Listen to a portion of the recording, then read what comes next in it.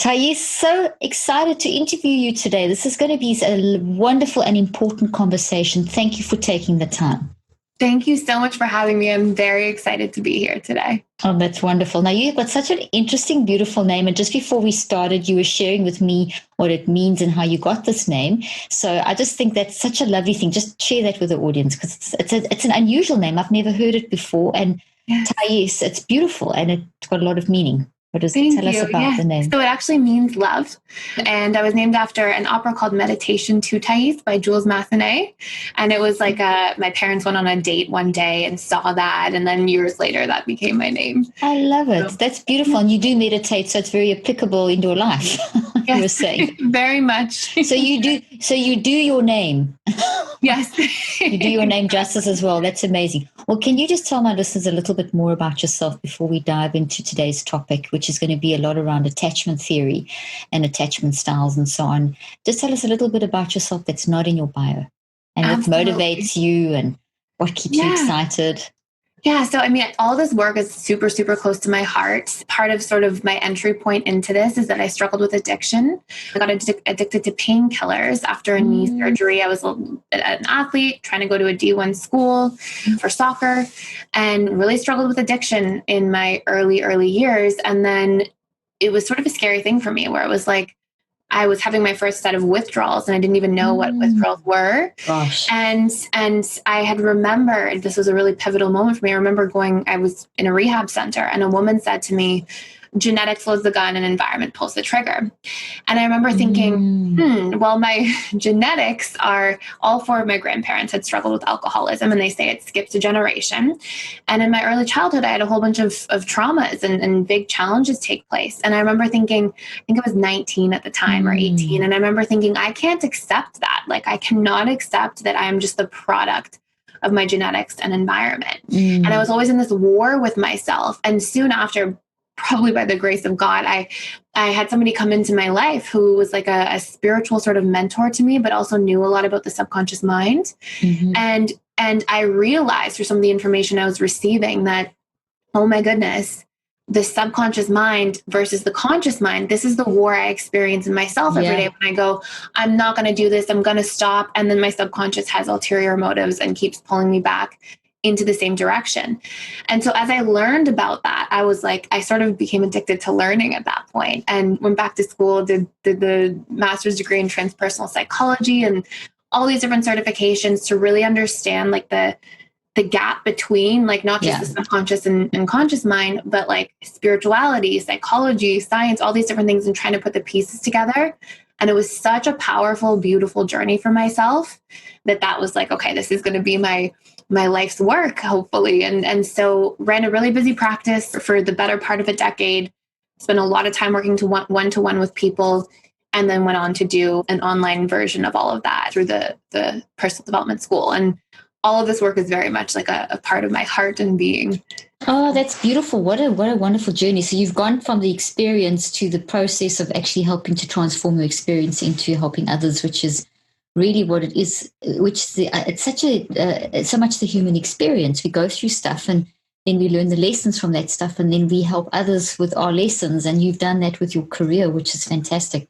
And we have a very similar interest. I've spent 38 years now in this whole mind-brain stuff. And I developed a theory of mind years. Gosh, it's literally 35 years ago as I just 3 years into my research. And since then I've spent all these years studying that and talking about the unconscious mind which no one speaks about. I don't know if you saw that in your training. Very few people speak the non-conscious and the subconscious and the conscious and the difference between them. So it's going to be a fun conversation today to talk around these different aspects and things. So that's so fascinating. So you're the founder, as you said, of the Personal Development School.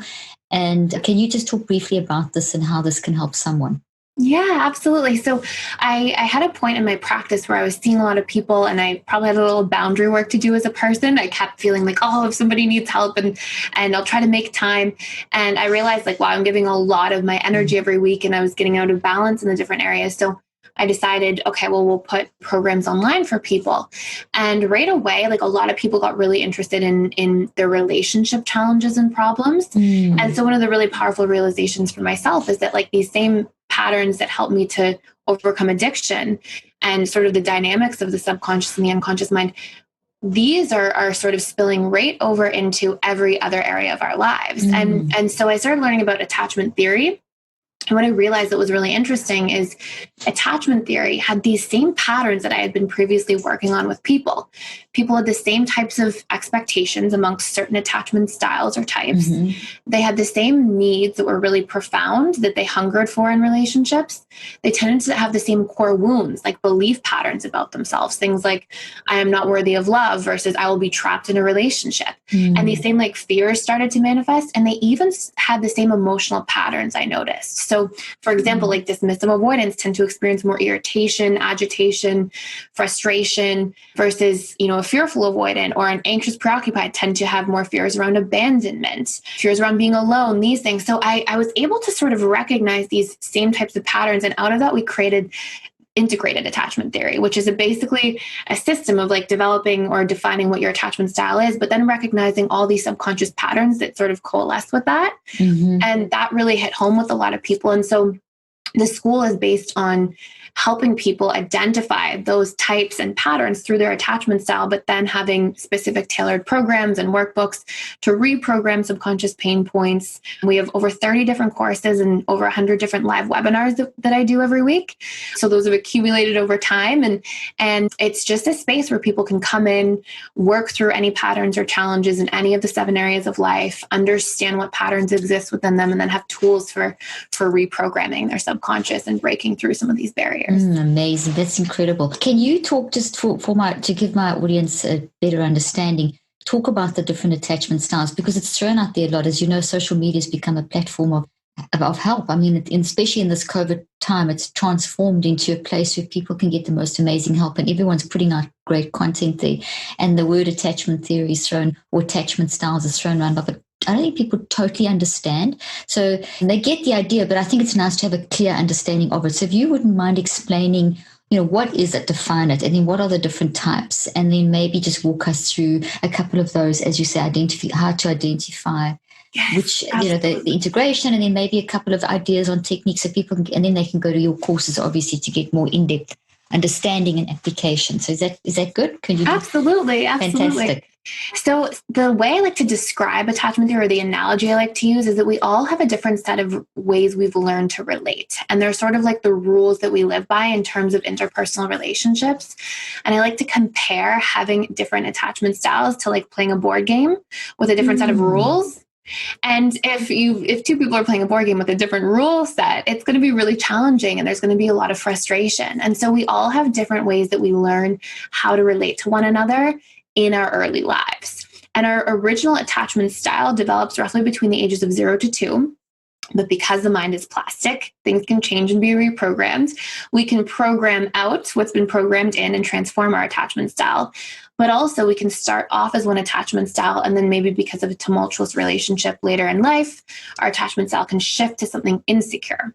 Sorry, I don't mean to interrupt you there. I just want to hone in quickly and undergird the concept of neuroplasticity there, and just remind my audience is very familiar with it. Neuro means brain, plastic means to change, and we're talking here about changing the brain, and that the mind and the brain are not the same thing, but with your mind you change your brain. And that quickly, before you carry on, I would remind you of something that you said earlier as you first started talking. You said that you were told that you had the loaded gun, four generations of parents that were battling with addictions, and then you had trauma in your childhood. So you had the nature and the nurture, but you said something else that we didn't hone in on. And the reason why I want to hone in on it now, because I think it's got a lot to do with attachment theory. And that was, I call it the I factor. I don't know what you call it, but it's something I've researched for years as well. So it's not just nature, nurture. That debates is not the only thing. The what overrides all of that is you as a human, your ability to think, feel, and choose, the I factor. And you said that you chose to, you realized that you weren't controlled by nature, nurture. There was another factor, which was you, and I don't know what you call it, but as I said, I call it the I factor, which is basically the mind, which is our ability to think and feel and choose. And that's what got you into your journey of healing, and part of your journey of healing was getting knowledge about this. So now you're using that to overcome and help other people overcome. So the I factor overrode nature, nurture. And I wanted to emphasize that because it's very, very hopeful. And it's also what I found in my research. So I just wanted to say that because I love how you put that forward and how that kind of links into how you approach attachment theory. I love it. I get so excited talking about this stuff. So actually, the way I sort of framed it in my mind at the time was genetics loads the gun and your perception of the environment pulls the trigger. And that perception is sort of like the filter you see reality through based on all of your imprinted experiences. Exactly. And so when you can see that and isolate it, you can change it through repetition and emotion and all these different like really powerful reprogramming practices. So the different attachment styles. So the different attachment styles, basically there's 1 secure attachment style and 3 insecure attachment styles. And again, just like you said, this is all the result of programmed experiences, things that happen to us. They're not like, or they're not nature. These are nurtured. And so we come into the world, we have these different ways that our parents learn to relate. And the 3 insecure attachment styles, which are the ones with more sort of trauma, are dismissive avoidant, fearful avoidant. Fearful avoidant is also sometimes called anxious avoidant or disorganized attachment style, and anxious preoccupied. And then we have our securely attached individual, which is where we're all trying to get to, essentially, if we are not there already. And basically the secure individual, as they're growing up, they get a certain few factors in their relationship to their caregivers that make them secure. And these are when they cry or express emotion, they have approach-oriented strategies between the caregiver and child. They learn as a result of this that their feelings are safe, that they're worthy of being expressed. They learn that when they do express feelings, their needs get met. And so these really fundamental components of the relationship they learn to have to themselves is my feelings are okay. It's okay to be vulnerable. It's safe to trust. Consistency and safety are a natural part of interpersonal relationships. And on top of that, it's okay to express my needs. And so you can imagine the level of worthiness that person feels in their adult lives or even in their early childhood, how they bond more easily to their peers as they go through grade school, high school, all these different like really important rites of passage of life. And you can see how that person would show up in a romantic relationship in a certain way as well. And then we have our insecure relationships. And the first one is dismissive avoidant attachment style. And so this is the most avoidant of the avoidance side. Okay, so it's the extreme one. Yes, exactly. And it's characterized by basically emotional neglect in some form. And the really interesting component about this is that sometimes it can really fly under the radar because dismissive avoidant might have 2 parents who are very physically available, you know, help with chores, cook, clean, make sure everything's organized in the household. But if they are dismissive avoidance themselves, or they're out of relationship to their own emotions, and they're not having active conversations about emotions, hey, how are you feeling? What are you doing? If they're not attuning because they don't have that ability within them, then that still creates emotional neglect.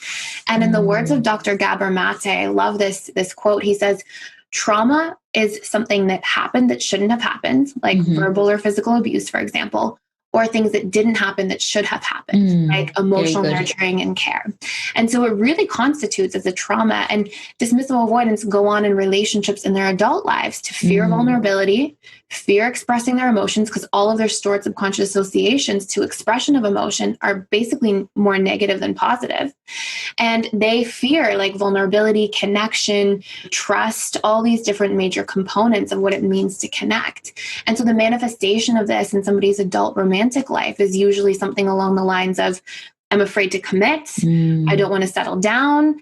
You know, I might get close to you when we're in the dating stages of a relationship, but then I'm going to hightail out of there when there's too much vulnerability required. And this can be really confusing for somebody like the anxious preoccupied, who's at the opposite end of the spectrum. Now, if we look at this individual's childhood or early caregiver experiences are usually characterized by inconsistency. So basically, if they have a parent or caregiver who both can be warm and loving, but then maybe both work a lot. So they build in these positive associations to the subconscious and unconscious mind that say, oh, connection feels great, but I'm afraid of losing it all the time. You know, my parents are here and then they're gone. Or this can also be somebody who has one really warm caregiver and one cold caregiver. And that inconsistency between the two creates this imprinting. And we know the subconscious is programmed through repetition plus emotion. And so that imprinting over time of having that availability and then the withdrawing can create a lot of the dynamic of push-pull, and it creates a major fear of abandonment. And the core wounds for this individual are things like fear of abandonment, fear of being left alone, fear of being unsafe when they're alone, fear of feeling disconnected, rejected, or not good enough. And so this individual, of course, often ends up in relationships with the dismissive avoidant. And because the reason is that they often mirror each other in terms of their internal relationship to self. So for example, the anxious person is often dismissing themselves in favor of external focus and trying to derive their needs from the outside in. Mm-hmm. And that becomes the subconscious comfort zone of familiarity for what they're attracted to. So they're often attracted to the dismissive avoidant who's dismissing them the way they are dismissing the relationship to self. Mm. And so they often get into these sort of pair bonds, but it's sort of like a trauma bond to a certain degree. And they really push each other's wounds because the dismissive is always trying to pull away and the anxious is always trying to come towards. But the dismissive feels like, oh my gosh, I need that space. And that re-triggers the fear of abandonment and whatnot for the anxious preoccupied. So those are the two like polarities after the secure. Just quickly summarize those two very simplistically. You've explained them beautifully, but just quickly give a summary of those two. So the two extremes, because you've gone on the two polar, then you're going to come to the middle one now. Yes. So do you mind just giving Absolutely. So dismissive avoidant is the slow to warm up, emotional neglect, sort of cold one. They often fear commitment, vulnerability, deep connection, and they tend to have wounds around feeling unsafe. Mm-hmm. Okay, so they battle to connect, yeah. Yes, and then the anxious... That's where the dismissive comes in. Exactly. And then the anxious preoccupied tends to have fears of abandonment. They often go in their adult romantic relationships to appear as like the needy or the clingy ones who call repetitively, who keep coming when they're being pushed away, who feel desperate for connection, who don't like being alone, fear being lonely, often experience the pain of loneliness a lot. And so those are sort of the two. That's anxious preoccupied is the anxious one. Dismissive avoidant is the one pulling back and dismissing. So one's coming forward, one's going away, but it's one's coming forward and each one is trying to fill some sort of a hole. Okay, it's really well explained. Okay, so now the middle one. Exactly. And then we've got our fearful avoidant, who's also sometimes referred to as disorganized or anxious avoidant. And they're really interesting. They usually tend to have like the most trauma in their background in terms of like emotional volatility. So this attachment style is characterized by somebody who really struggles with trust because usually their childhood was something of the following: either caregivers who are addicts, who were abusive, who were fighting all the time. Basically, there was a tremendous amount of volatility and instability in the household. And so how this child adapts is they don't get a proper attachment strategy. So the dismissive avoidant, for example, learns, I'm emotionally neglected. I have to self-soothe and pull away and just look out for myself and not open up to people. But at least there's consistency, like expressing emotions feels bad, so I have an adaptation I can make that makes me feel safe. The anxious preoccupied learns, well, I can connect to other people and that feels really good and I get my needs met through people. So I'm going to hyper-focus there and they still have a cause and effect. But the fearful avoidants tend to learn things like, oh, my caregiver's warm sometimes, but sometimes they're drinking, or sometimes they're fighting and there's chaos, or sometimes they're nice to me and other times they're taking out their anger on me because they've got all their own issues.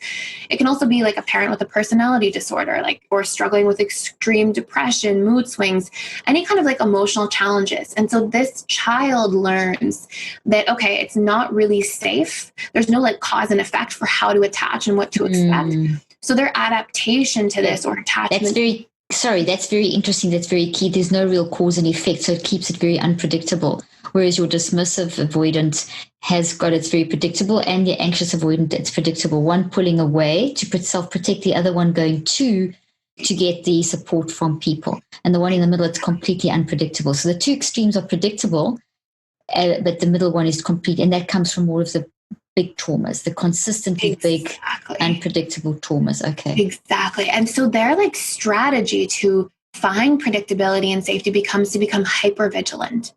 And so the result of this is they learn, okay, I'm going to become an expert at reading body language, micro expressions, tone of voice, shifts in patterns of behavior, and they're constantly on the lookout. But one of the really painful outputs of this, although it can be a superpower in many ways, it becomes the fact that you're not in a space of trusting because you're always looking for patterns and incongruencies.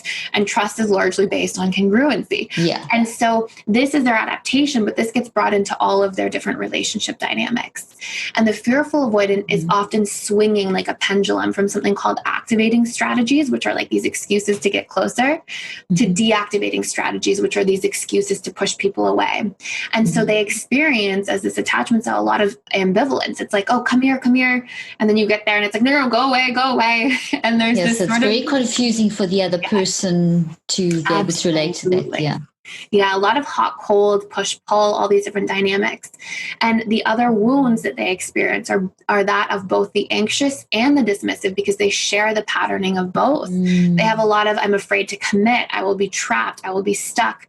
I have shame, a lot of internal shame, which is based on like a defectiveness schema, this belief in I am defective. That's why people treated me like that. So they immediately took it into themselves. It's all their fault. So if someone gets mad at them or angry at them, it's not the person, it's themselves. They see themselves as the wrong one.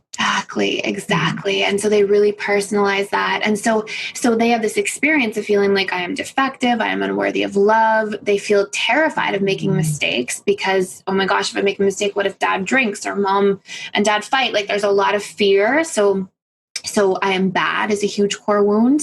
A lot of guilt, easily they experience shame as a result of those core wounds. And then a lot of also fearing abandonment and being alone. So they share the sides of like the shame and unsafety and defectiveness of the dismissive avoidant, but also the fear of abandonment and being alone of the anxious preoccupied combined with distrust wounds.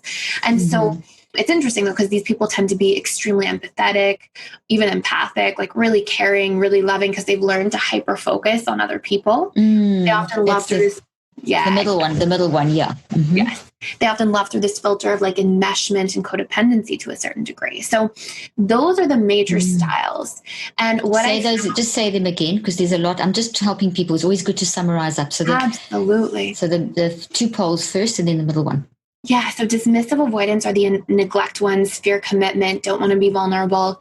Anxious preoccupied are the ones that fear being alone, abandoned, rejected, and they often feel not good enough and they want more closeness and can be clingy. The fearful avoidants are the hot, cold ones that are constantly swinging back and forth, constantly like avoidant and then anxious and sort of hypervigilant and often a little bit distrusting of everybody because they've had to be to adapt and survive. Perfect. Excellent. Very well. So well explained. That's fantastic. Thank you. Okay. So now you're going to give us some sort of behavioral patterns that come out of each of those. Is that correct? Is that the next thing? Yeah, absolutely. Okay. And so we'll go through sort of the needs that each individual has. And sounds good. This is another really interesting part is that we sort of have like the behaviors that we see in the hot, cold, the push, pull, like dismissive avoidance wanting to pull away, anxious wanting to come close, fearful avoidance swinging back and forth. And we've touched on a little bit of the core wounds, like anxious, preoccupied, just in summary, tend to feel not good enough, fear of rejection, alone, abandoned, unsafe if they are disconnected from anybody. They also tend to have big core wounds around feeling excluded or disliked and are very sensitive to those things. And then our dismissive avoidance tend to feel unsafe, defective, or something's wrong with me as a big wound. And really the reason for that too is that as children, the mind only really knows how to personalize, especially young children. And so when a caregiver is not emotionally available and a child inherently needs attunement and connection, because one of our only biological fears is the fear of abandonment, when this takes place, a child can't go, oh, my caregivers are emotionally unavailable. The child can only interpret that as, oh, there must be something wrong with me that these basic needs keep getting rejected. And so they have a lot of shame that they carry as a result of that belief in their defectiveness that's been stored at a deeper level. And all these things provide like this framework, like this filter of reality we see and interact with the world through. And so they also tend to have fears of being trapped, stuck, helpless, vulnerable, core wounds, all of those different components. And fearful avoidants have all of that combined, basically, because they have both sides, along with wounds or fears of being broken trust, betrayed, anything like that. So a core belief, I can't trust. And so these are the core wounds along with the styles, and then the behavioral patterns you see. And then the other components that are really important to recognize is that each have specific needs for how they see a relationship working. And one of the things that's so interesting is you can take, for example, the fearful avoidant, and one of their needs for a relationship is a lot of transparency, a lot of depth of connection, because those things make that person feel safe, right? If I don't trust, but I get somebody really transparent who over-explains things, who shares all different details of their life, and who connects really deeply, okay, I start to feel like I can trust. I know they're not going to drink. I know they're not, whatever wounds we're carrying from childhood or fears. And so they really want to connect that way. But then we can pair that with a dismissive avoidant who, what they want in a relationship is lightness. They want not vulnerability. They want to feel supported. They want to feel safe. They want to feel that like things are easy, that they flow naturally, that they're simple. And fearful avoidants want the complex. They want the in-depth, the transparency. So you can have people who go into relationships with these subconscious expectations, like this is what a good relationship is. But again, they're playing with different rule books and frameworks. Okay, so very quickly, before you go into that, so you've got go through the three, just summarize what you've just said, because it's so good, but I just don't want people to miss what you've just explained. Yeah, absolutely. So in terms of the needs going into the relationship, so if it's fearful, avoidant, the middle one, that's kind of a mixture of the two. So maybe start whichever way is easiest to summarize. Yeah. So the anxious needs in a relationship, they want like a lot of love. They want to feel wanted. They want to feel safe. They want to feel consistency of connection, right? All these things they weren't getting from childhood when they had so many positive associations built in about connection, but then had that inconsistency because mom and dad are working a lot or whatever it might be. So the anxious preoccupied needs for a relationship are a lot of love, a lot of time together, a lot of validation to help equilibrate the core wounds or pain points of not good enough, rejected, right? So they want all these things. Then we have the opposing end of the spectrum, which is the dismissive avoidant, and they want like simplicity. They want safety. They don't want to dive too deep into things. They want to keep like their walls up and really take them down very slowly over time. They really value validation as well, but not too much. They just want to feel like something's not wrong with them, that they're not defective. So they do like receive words of affirmation very well. And then we have fearful avoidance in the middle one. And they really want lots of transparency. They want lots of openness. They want a lot of depth of connection. They want to know all the details of somebody, because at a deeper level, all of these things are what are sort of like taking away from or helping to balance out or equilibrate the core wound of I can't trust. Exactly. Okay, absolutely brilliant. So now you've got people with all these different, one of these three different attachment styles, and they meet someone, fall in love, who's got like one of the other attachment styles, or you've got a combination, or you've got someone who's totally secure, and that's where we know relational issues are going to occur. So then what is the next step in terms of relationship? How should this, and that's not just a husband, wife, or a whatever gender, in terms of connection and in a loving, in a romantic relationship, but also in a parent-child relationship. So the relational issue now, how does one deal with that and manage that? Yes. So you raise a really important point, which is the fact that different attachment styles, these don't just show up in our romantic relationships. They show up in ourselves as parents. They show up in ourselves with our own parents, and with friends, our siblings, with our friendships, exactly, with our co-working relationships, everywhere. And so they're so profound in their impact, and that's why it's so important to recognize these things. So what I'll do is I'll go through the three styles and secure, and we'll talk about some core things you can start doing to recognize what's taking place. Fantastic. And once you recognize, then you know what to expect in a relationship. Is that sort of the philosophy? Yes. If you can recognize it, then you can see what you need and you can explain that to the other person. And then the understanding brings the meaningfulness to the another level to the relationship. Absolutely. And even like some things you can do to reprogram, which will be really beneficial as well. Okay. So we know that the subconscious and unconscious mind, at least in the sort of lighter versions of the unconscious, tend to be really reprogrammed through repetition plus emotion. Like we had these imprints repetitively over time that elicited an emotional response, and that's how they imprinted us to create an unhealthy attachment system in the first place. Sorry to interrupt you there. I just wanted to, for my audience who's heard me teach on this concept a lot, when you talk about the non-conscious, just so that they understand, with the subconscious, I talk about the non-conscious, and the subconscious being that middle level of the conscious. So they're used to hearing conscious, subconscious, non-conscious, and that with as you say, practice over time, which is at least cycles of 63 days, because that's what it takes to actually build something that goes into the non-conscious mind and comes up. So I just want to orientate them that you're talking about. I use this image of trees as well, which is like thoughts are real things that look like trees. So that would be a toxic tree, and that would be a healthy tree. So when you're talking about the reprogramming of patterns, we're talking about finding the toxic ones and reprogramming them, or I talk about reconceptualizing them into the healthy. So I'm just doing that for language sake, so people understand and can relate to what they've heard me say a lot. And then they'll understand. I want them to understand what you're saying very clearly, so they've got that frame of reference. Beautiful, beautiful. So when we have these, it's so funny, I use like a tree analogy as well in a different way, but when we have these patterns that are within us, you can think of these things, and the way I like to sort of phrase this is our beliefs. We have these beliefs like, I am not good enough, I am defective, I am unsafe, I cannot trust, these core things that imprint the toxic mind. Core things. There's a little toxic, I am not enough,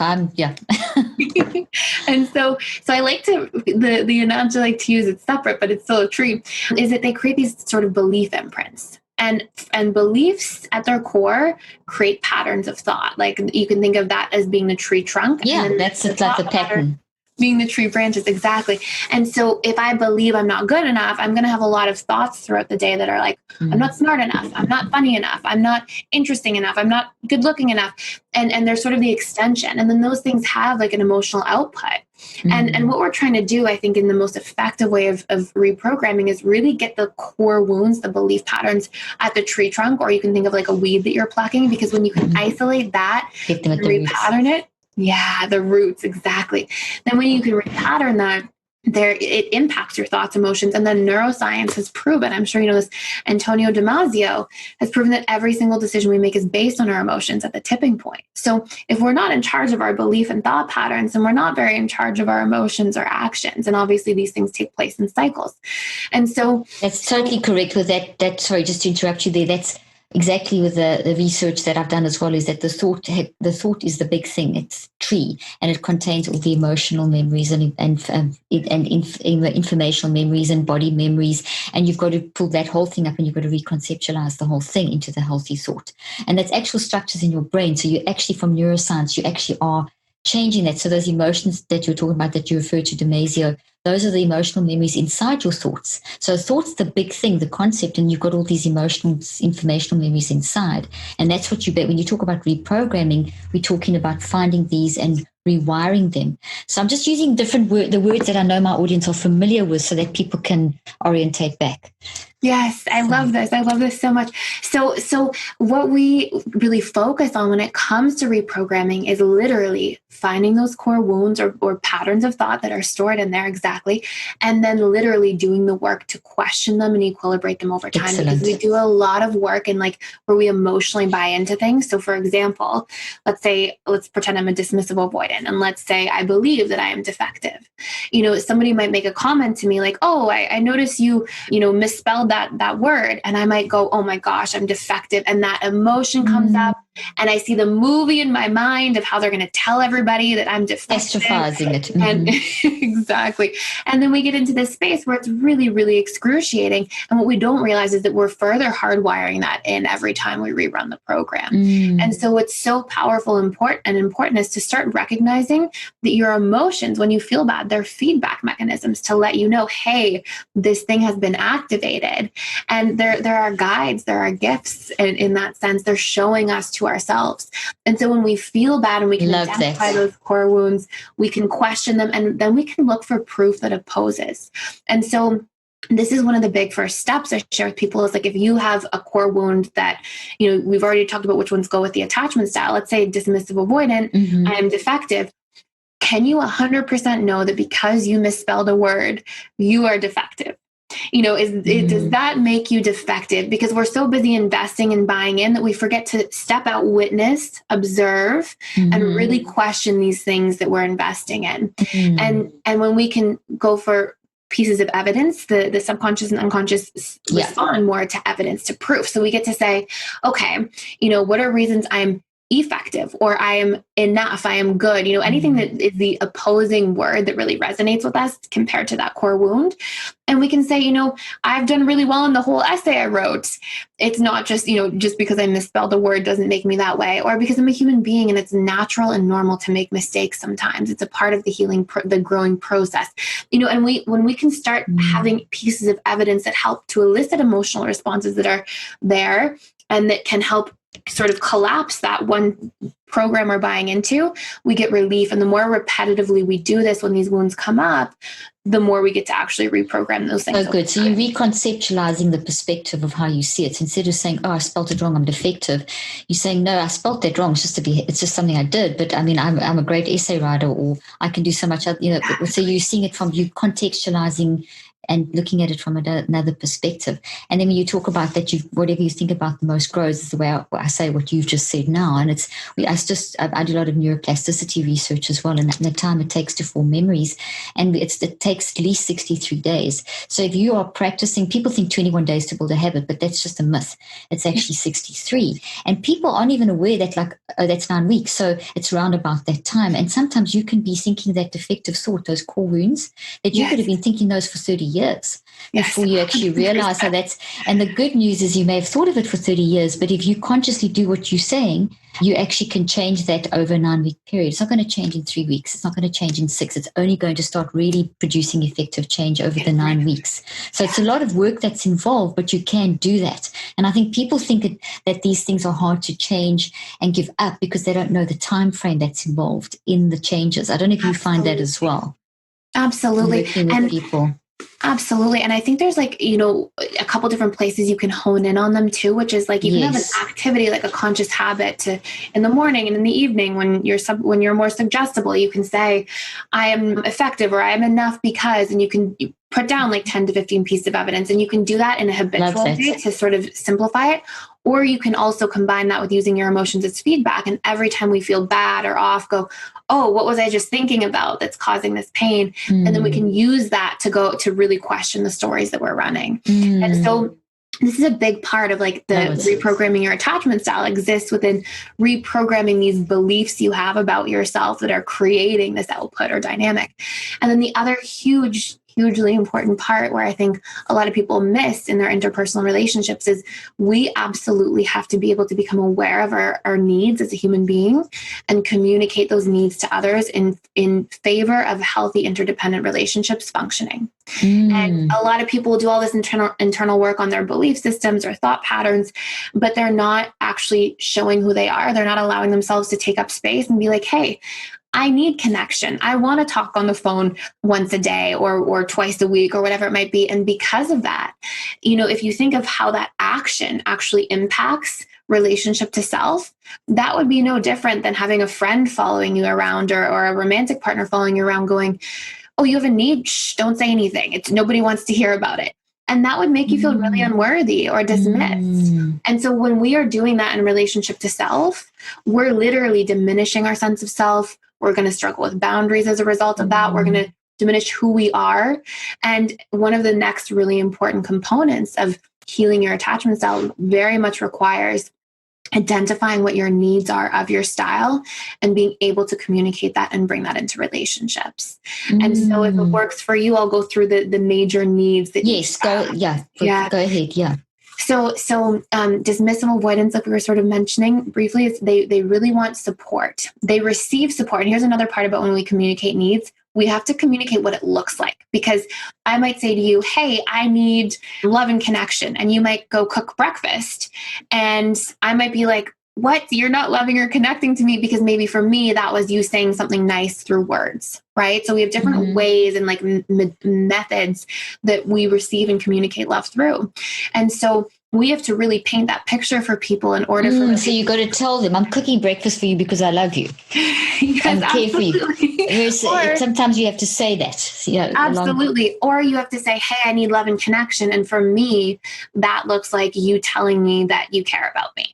Right. So we can paint that picture as we communicate. That's very good. I don't mean to interrupt you, but a lot of people will say in relationship issues things like, but they know I love them. So they know that if I go and do this and I do this, and they list all these things, but they haven't actually said that person needed for them to say, I know you do all those things, but I'm doing it because I love you. They just needed to kind of make that connection for them. And I think it's so many times we think we make so many assumptions about what other people are thinking. And then we bring that into our perspective. And if they don't fulfill our perspective, we think that there's something that we've done wrong or they've done wrong.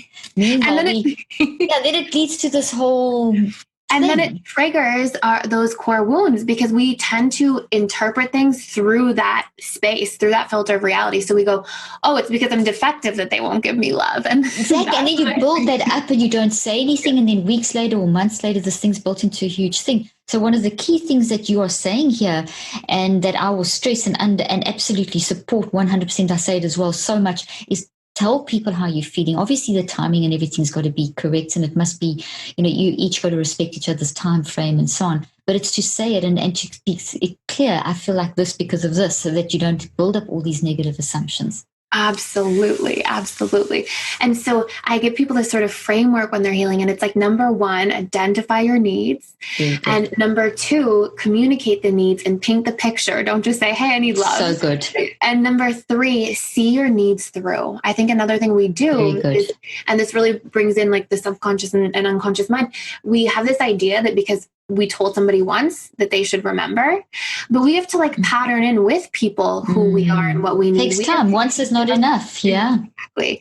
And so if we see somebody never meeting a need and never trying, then that's one thing. But if you see somebody like showing up and meeting it and then forgetting or faltering sometimes, like it's our divine right to remind them, to share, to communicate. And that's really necessary for relationships to thrive. And that's usually the fundamental factor that all insecure attachment styles are missing, because when they didn't have their needs met in childhood, they learned, oh, my needs are not safe to express, they're not worthy of being met, and they made meaning out of that, which got stored at a deeper level as well. And we clean that up by allowing ourselves to communicate and take up space. So basically those 3 steps of identify your need, paint what you need, and then the third one was what was the third one? Express it. Identify what you need, communicate it, and really paint it out. Picture, yeah. And then see your needs through. So see your needs through. So example of that. Remind, let people know.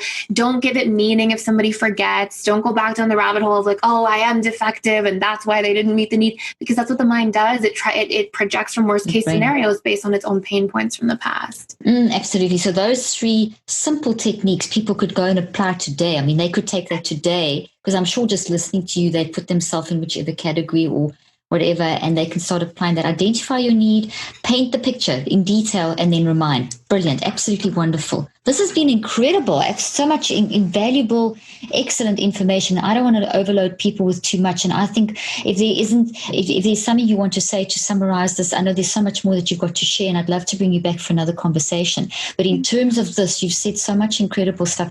Would you like to just maybe give an overarching summary of everything in like a couple of sentences, and any other pearls of wisdom that you can give in terms of, you've given so many already, but in terms of attachment styles, just so that it kind of all wraps up nice in a nice summary. Yes, thank you so much. Wonderful. So what I would say is, number one, try to identify your attachment style from what we said. Most people have a really clear picture after this, like, oh my gosh, that's me, and they feel it. And once you've done that, try to recognize which of the core wounds really relates to you, because you'll see that they kind of pop up in all these different places. It's not just relationships between loved ones, like romantic partners. It's exactly. And so try to work on reprogramming those core wounds. And for them to find those core wounds, how would they, is it, they know, they just listen, tune in, they'll find those core wounds. Okay. Yeah, you'll know pretty clearly, like, oh, I do have a fear of abandonment. Oh my gosh, I really do fear being alone. Or, I do fear that I'm not good enough. Or I do have a core pain point around being unloved or trapped or helpless or not trusting. Like you should see very strongly what resonates. And that's how you'll know, is you'll feel that it resonates. And so identify those and then do a reprogramming technique, whether it's constantly questioning your stories and finding counteracting pieces of evidence, or even more importantly, doing it in a habitual form. It just simplifies it. Morning and evening for 10 minutes, sit with yourself and find counteracting evidence, maybe 10 to 15 pieces a day for the 63 days, which is beautiful and powerful. And you'll see that shift majorly, and it's so beautiful. And you can pick like up to 2 to 3 core wounds to work on at a time to see that result or that impact. And then number 2, work on identifying your needs. Like, sit down, what do I need in a relationship? What's important to me? You can pick from the needs we talked about for each of the different insecure attachment styles, and then see what's important to you in a romantic partnership or any relationship that is meaningful, and work on communicating those, painting them really clearly, and then following them up and seeing them through so that you can have those as an integral part of your relationship. Perfect. So identify the style, identify the core need, identify your needs, and then that's done through the painting the picture and conveying. Fantastic. This has absolutely been amazing. So thank you so much for sharing that. Where can people find out more about you and get hold of your courses and so on?